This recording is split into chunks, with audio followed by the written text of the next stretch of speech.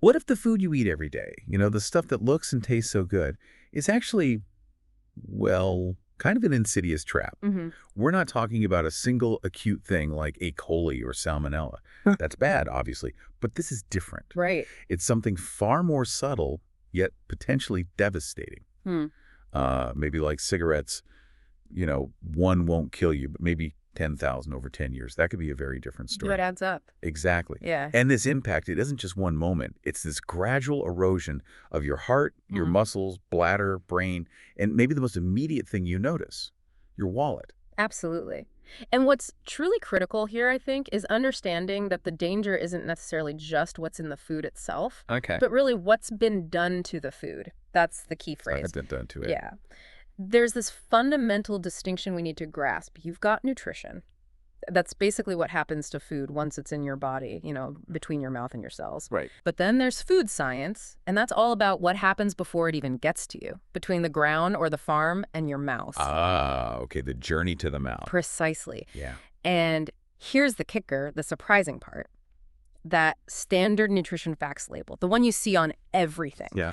Our sources argue it's, well, mostly irrelevant. Irrelevant. Huh? Because it tells you practically nothing about the processing, the really critical part.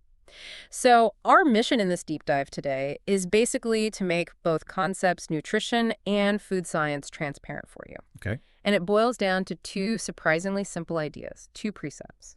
Number one, protect the liver. Protect the liver. And number two, feed the gut. Feed the gut. Those 6 words, they're really the key to understanding what real food truly means for your health. Protect the liver, feed the gut. Okay. Deceptively simple, like you said, but they hold so much power when we start unpacking this idea of processed food as this insidious trap. I mean, we've all seen products shouting organic or all natural, right? All the time. But even those might be problematic because what our sources are calling the alchemy of how the food itself has become poison. Alchemy.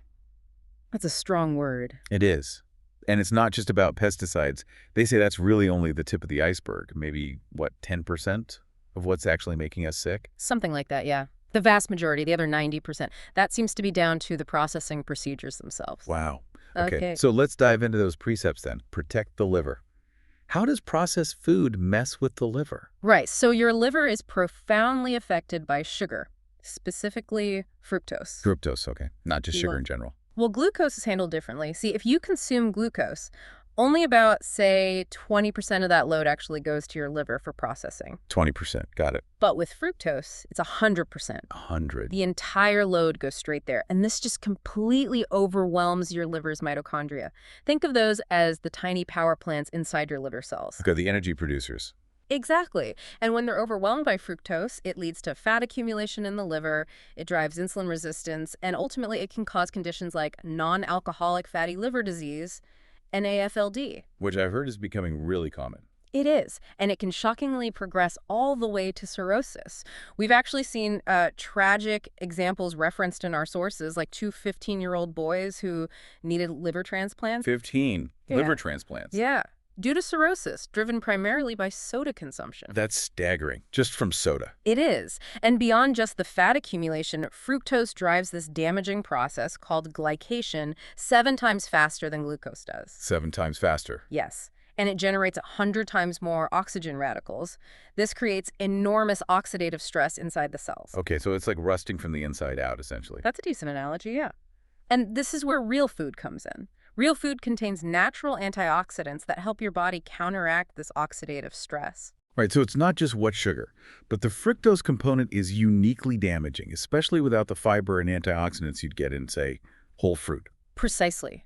That context matters hugely. Okay, that reframes things completely. And then the second precept, feed the gut. How does processed food disrupt something so fundamental down there? Well, it really comes down to fiber, or rather the lack of it. Okay. Processed food is, by and large, stripped of its beneficial fiber during manufacturing. And that fiber is the primary food source for your gut bacteria, the good guys. So what happens when they don't get fed? Well, when these beneficial bacteria are starved, they don't just die off. They can actually start to Well, eat the gut's own protective lining. It's called the mucin barrier. They eat the lining. Yeah, imagine your gut has this sort of protective, jelly-like shield. When that shield gets compromised because the bacteria are eating it, Uh, it leads to what's known as leaky gut. Leaky gut. I've heard that term. Right. And that essentially opens the floodgates. It allows things into your bloodstream that shouldn't be there, leading to widespread inflammation. And that inflammation contributes to a whole host of chronic diseases, even autoimmune conditions. Wow. So liver damage and leaky gut. It sounds like it hits us on multiple fronts. It really does. And at the core of both these issues, the liver problems and the gut problems, you often find mitochondrial dysfunction. Remember those cellular power plants? Yeah. They're literally nutrient sensing. They respond directly, positively or negatively, to the signals they get from the food we eat. Processed food sends all the wrong signals. That is a lot to digest, literally and figuratively. When you describe these cellular processes, it makes it crystal clear that the impact of this processed food stuff goes way beyond just one person's health, doesn't it? Absolutely. Our sources connect this whole situation to what they call a slow but unrelenting medical, economic, and climate vortex downward. Yeah, that apparently really started gaining momentum about 50 years ago. And we've certainly seen this vortex, I think, accentuated by the social disparities that the recent pandemic really threw into sharp relief. No question. I mean, it's startling when you look at the numbers. We now spend, 17.9% of our GDP on healthcare? Yeah, almost 18%, yeah. Up from just 6% back in 1970. Yet, our overall health metrics seem to be going down, and families are feeling squeezed. Their wallets are just underwater. And that really begs the question, doesn't it?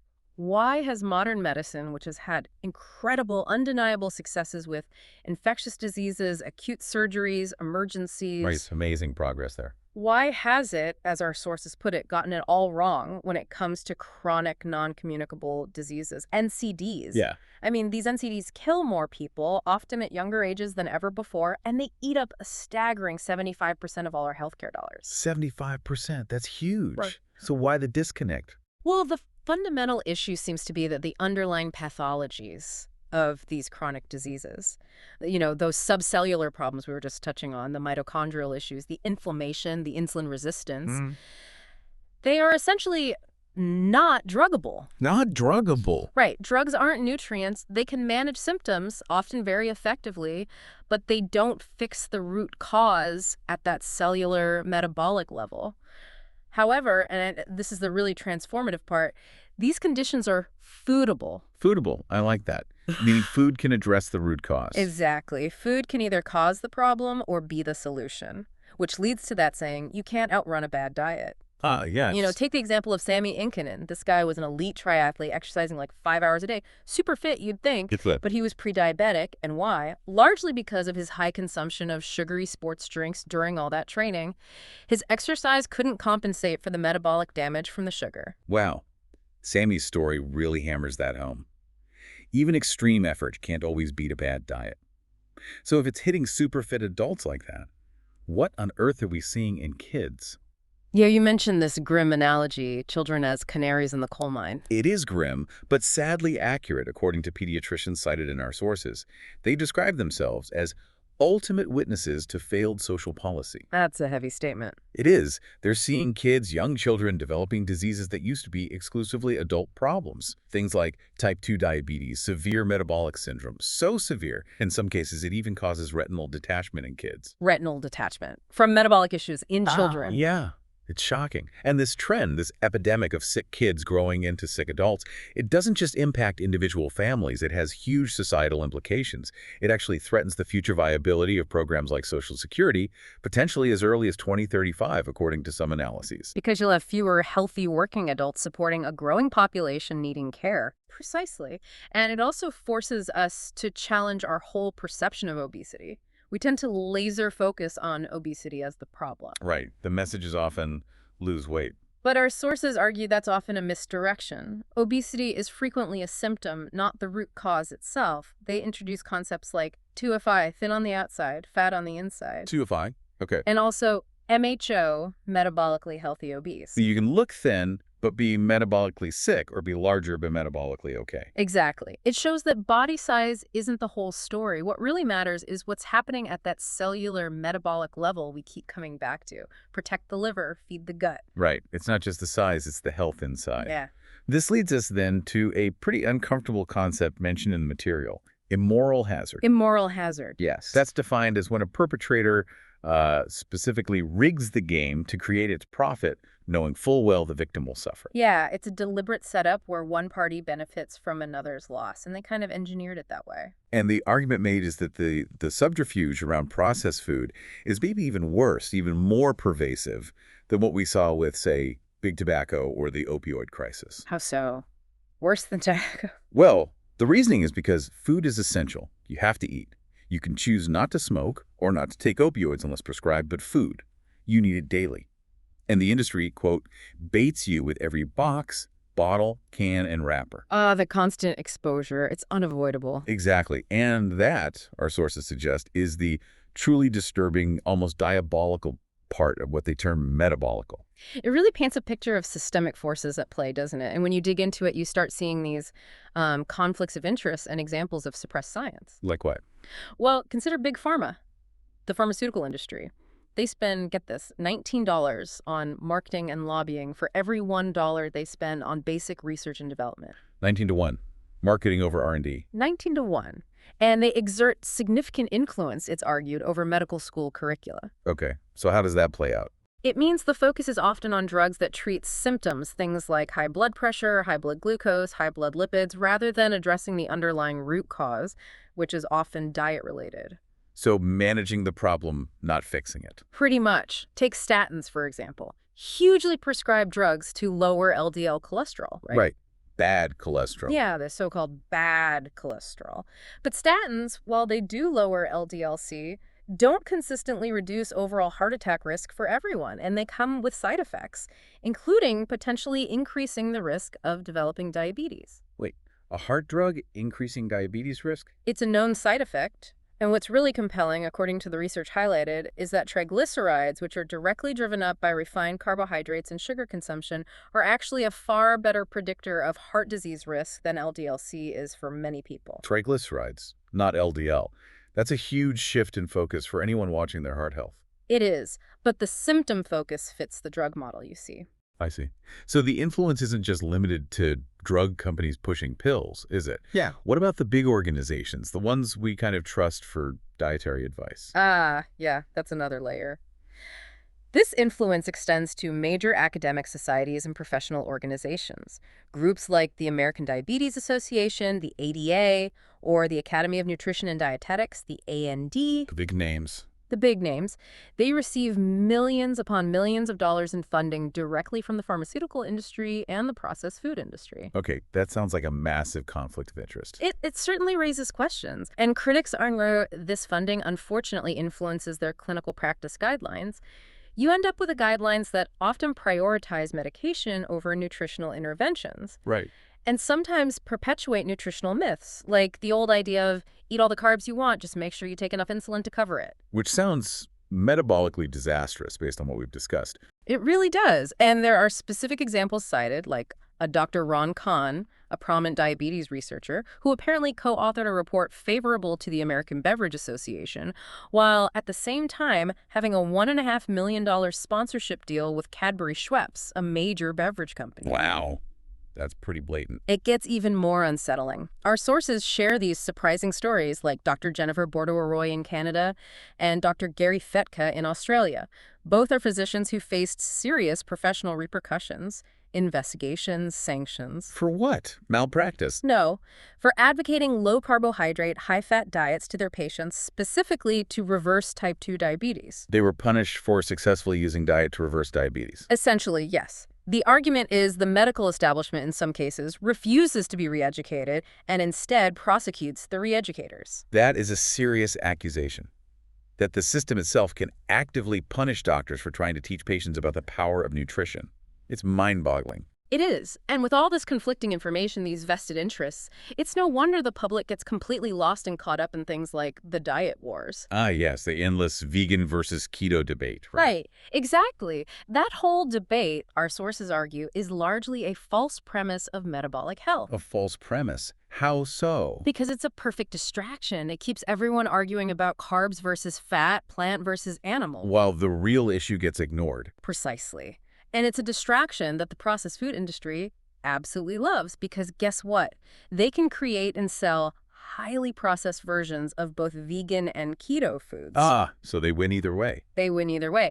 The truth is, either a well-formulated vegan diet or well-formulated keto diet can work for metabolic health if, and this is the crucial part, if you're eating real food. Because both approaches, when done correctly with whole, unprocessed foods, end up doing the same two fundamental things. They protect the liver and they feed the gut. Back to those 6 words again. It's about the quality and processing of the food, not just the macronutrient category or the dietary label. That's the core message, yeah. That clarity is so important. Yeah. Okay, speaking of false premises then, let's challenge some more deeply held beliefs. Our sources don't just stop at diet wars. They go after calories themselves. Ah, the calorie counting. Yeah. They argue that the whole system we use, the Atwater system, which is like a century-old... Yeah, it's ancient history in science terms. They say it was, is, and always will be defective. Defective? Strong claim. Very. I mean, we're constantly told to count calories, track calories, calories in, calories out, right? It's dogma. But these sources suggest the entire system is fundamentally flawed. It gives us this false sense of precision and security about what we're eating. And here's where it gets really interesting, maybe even a bit scary. Okay. You're apparently constantly being, well, cheated through straight-up food fraud. Cheated. Things like organic labels on non-organic food, Right. or cheaper fish being substituted for more expensive species, olive oil being diluted. It happens way more than we think, often just for profit, and totally without our knowledge or consent. So beyond the processing, there's actual deception in the supply chain too. Seems so. Yeah. Which makes trusting labels even harder. Definitely. And digging into that fine print, the details, it reveals even more hidden dangers and challenges these common dietary beliefs. Let's talk diet sweeteners for a sec. Okay, the zero-calorie saviors. Exactly, except maybe not. Despite being 0 calories, artificial sweeteners like aspartame, sucralose, they can actually cause weight gain. Wait, cause weight gain? How? Well, there was a Danish study, for example, that showed people drinking diet soda actually gained about 3.5 pounds more compared to groups drinking milk or water over the study period. More than the water drinkers. Yes. And the mechanisms are complex, but partly the intensely sweet taste alone, even without calories, can stimulate appetite signals in the brain and trigger an insulin release from your pancreas. Insulin release from a zero-calorie drink. It seems so. Which, of course, promotes energy storage, not burning. Plus, these sweeteners can negatively alter your gut bacteria, messing with that feed the gut principle. Right. And there's evidence suggesting they might even contribute to sugar addiction pathways in the brain. They're associated in observational studies with higher risks of diabetes, cardiovascular problems, even dementia. And get this. The data analysis from some sources suggests that, metabolically speaking, the toxicity of 2 diet sodas is roughly equivalent to 1 sugared soda. Okay, hold on. The toxicity is equivalent. So even though one has sugar and the other doesn't, the overall negative metabolic impact could be similar. That's the implication from some of this research, yes. It suggests they are far from metabolically inert. Wow. That completely changes how you'd look at reaching for a diet drink versus a regular one, doesn't it? It really should make you pause and think. Okay, so sweeteners aren't the free pass we thought. What about other things we assume are good, like added fiber? You know, fiber is important. It is, but again, it's about the type of fiber. There's a crucial difference between the intact, insoluble fiber that you find naturally in real food, like vegetables, fruits, whole grains. That kind of fiber acts almost like a mild scrubbing brush in your colon. It helps bulk things up, and it's linked to reduced colon cancer risk. But the added fiber you see listed on processed food labels, things like inulin, polydextrose, maltodextrin, Yeah, those weird names. those simply cannot, according to our sources, recapitulate the beneficial effects of the insoluble fiber lost during processing. They might bulk things up a bit, but they don't work the same way metabolically or mechanically. So adding fiber back after processing isn't the same as leaving it in from the start. Not at all. It's like taking a brick out of a wall and replacing it with sawdust. It might fill the space, but it doesn't have the same structural integrity. Great analogy. Okay, and let's not forget fats. Yeah. We went through that whole decades-long low-fat craze, didn't we? Oh, yes, the low-fat dogma, which, somewhat ironically, led directly to a massive increase in sugar consumption. How so? Because when food manufacturers took the fat out, the food tasted like cardboard. So what did they add to make it palatable again? Sugar, and lots of it. Replace fat with sugar. Great swap. Not exactly. And large studies actually challenged the premise that replacing all saturated fat was beneficial. You look at things like the Women's Health Initiative, the Sydney Diet Heart Study, the Minnesota Coronary Experiment. Okay. In some of these, when they replaced saturated fat specifically with certain polyunsaturated fats, particularly linoleic acid, which is high in many vegetable oils, Yeah. they actually saw an increase in heart attacks and overall deaths, even though LDL cholesterol levels went down. An increase in deaths. But cholesterol went down. How does that work? It suggests LDL isn't the only player, maybe not even the main one for everyone, and it highlights the crucial distinction we need to make. There's innocuous saturated fat, like the kind you find naturally in whole foods, like avocados or maybe even some dairy for some people. Well. And then there are pernicious saturated free fatty acids. These are different. They are inflammatory, and they're often generated in your own liver as a result of consuming excess sugar and refined carbs. So the sugar is creating the bad fats inside you. In many cases, yes. It's the metabolic dysfunction driven by sugar that's the real villain, not necessarily all dietary saturated fat across the board. Okay, so not all fats are created equal. And the low-fat advice might have seriously backfired by pushing us towards more sugar. This is incredibly complex. What about other hidden dangers, like chemicals created just by how we cook or process the food? Oh, absolutely. It's like a chemical soup sometimes. Certain cooking methods, like heating unsaturated oils, even healthy ones like olive oil, past their smoke point, can create harmful trans fats right in your kitchen. Right, don't burn the oil. Exactly. Grilling, especially charring meat, can produce polycyclic aromatic hydrocarbons, PAH, which are known carcinogens. Okay, maybe less sure next time. High heat processing of foods that combine carbohydrates and fats, think French fries, potato chips, even some baked goods, can create dietary advanced glycation end products, or AGEs, which accelerate aging, and also acrylamide, another potent potential carcinogen. AGEs and acrylamide from fries and chips. Great. And there's more. Flash heating used in industrial processing can generate chemicals like 3-MCPD fatty acid esters, which studies show are toxic to the kidneys. And then, layered on top of all that, you still have the pervasive issue of pesticides, residues from things like DDT, which is still found in the environment, glyphosate, atrazine, It's all around. still impacting us. And don't forget artificial flavor enhancers, like diacetyl, the stuff that gives microwave popcorn that buttery flavor. It's been linked to severe lung conditions in factory workers, often called popcorn lung. Popcorn lung. Seriously. Seriously. So yeah, it's a lot. It's all part of that alchemy we mentioned earlier, turning food into something potentially harmful through processing and additives. Listening to all this deep dive makes it abundantly clear, doesn't it? That the whole idea of personal responsibility just, it kind of falls apart when you're dealing with a public health problem of this scale. It really does. Especially when, as our sources argue, the system, even the government sometimes, seems complicit. You know, like we saw historically with lead poisoning, or more recently with the Flint water crisis. People can't just personally choose their way out of contaminated water or ubiquitous, misleadingly marketed food. Exactly. The core problem of processed food, this whole system, it's just not something individuals can realistically solve entirely on their own. The deck is stacked against them in many ways. So if personal responsibility isn't the whole answer, what is? How do we approach systemic solutions? Well, this is where we can maybe learn from other successful public health interventions, particularly those targeting addictive substances like tobacco and alcohol. Okay, what worked there? There's something called the iron law of public health. The iron law. Sounds serious. It's pretty straightforward, actually. It basically states that if you reduce the availability of something harmful, you reduce its consumption.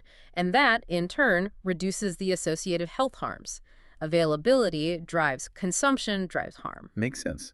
Less available, less used, less damage. Yeah. So how do you reduce availability of processed food? Several ways. One key strategy is pricing. Think sin taxes. Like on cigarettes and alcohol. Precisely. Those taxes do generate revenue, sure, but the real goal is deterrence. Now, consider sugar. Our sources argue that sugar is, quote, by far and away the most expensive burden to society. More expensive than tobacco or alcohol costs. In terms of overall healthcare spending and lost productivity, the argument is yes. It's estimated to waste something like $1.9 trillion annually just in U.S. healthcare spending related to metabolic diseases. 1.9 trillion, that's astronomical. It is. So implementing something like a significant soda tax, maybe 20% or more, like they've done in places like Mexico and Berkeley, it's been shown to significantly reduce consumption, especially of sugary drinks. So make the unhealthy choices cost more and people buy less. That's the idea.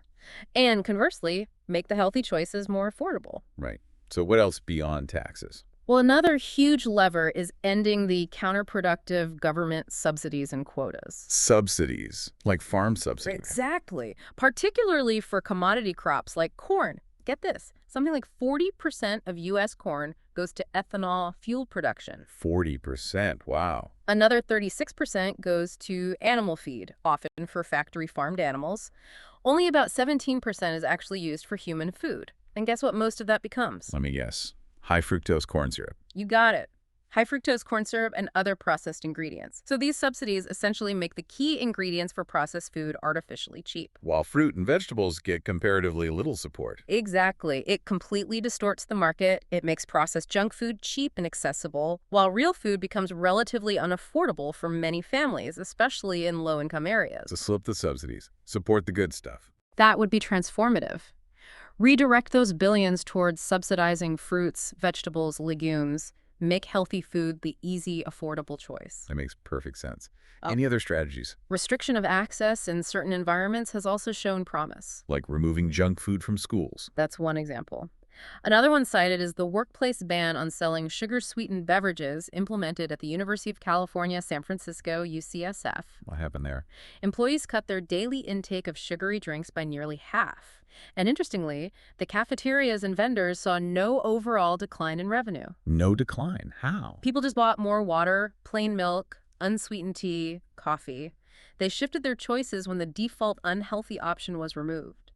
It shows changing the environment really can change behavior without necessarily hurting business. That's a really powerful example. Just changing the environment makes the healthier choice the easier choice. It kind of speaks to a deeper truth about how we make decisions, doesn't it? Especially around addictive or habit-forming things. It really does. And this ties into an economic concept mentioned in the sources, the hedonic actor. Hedonic actor. What's that? It describes someone who, on some level, knows the cost of their choices. They know the soda costs money. They might even know it's not good for them, but they can't accurately assess the value because their immediate need, their craving, their fix overrides rational long-term assessment. Wow. So they're driven by the immediate pleasure or relief, not the long-term consequences. Exactly. And that description, sadly, fits many people caught in this processed food epidemic. They're hooked metabolically and behaviorally. So what does this all mean for us listening right now? Where do we go from here? Well, the call to action from these sources is pretty clear. We need to start thinking about food differently. We need to, as they say, make food a voting issue. A voting issue, like climate change. Precisely. Elevate it to that level of public discourse and political importance.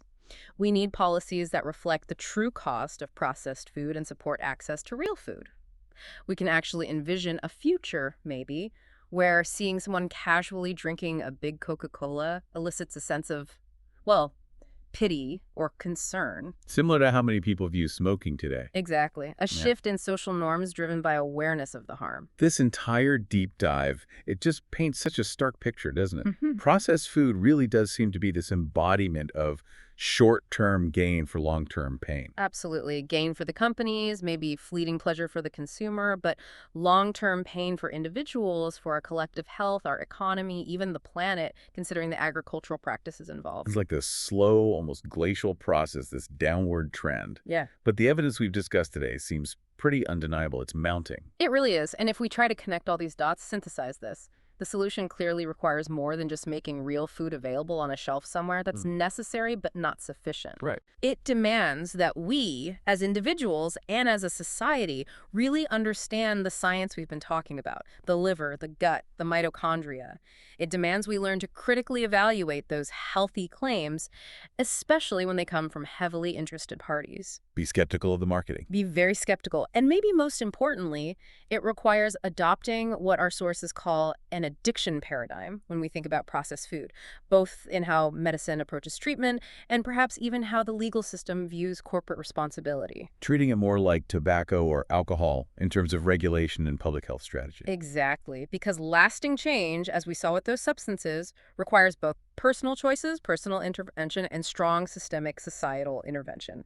That fundamental shift in perspective and policy, it feels incredibly long overdue. Long overdue indeed. So the question left for everyone listening is, knowing what you now know, Yep. how will this shape your next choices, your next meal, your next trip to the grocery store, maybe even your next conversation about health? Something to really chew on.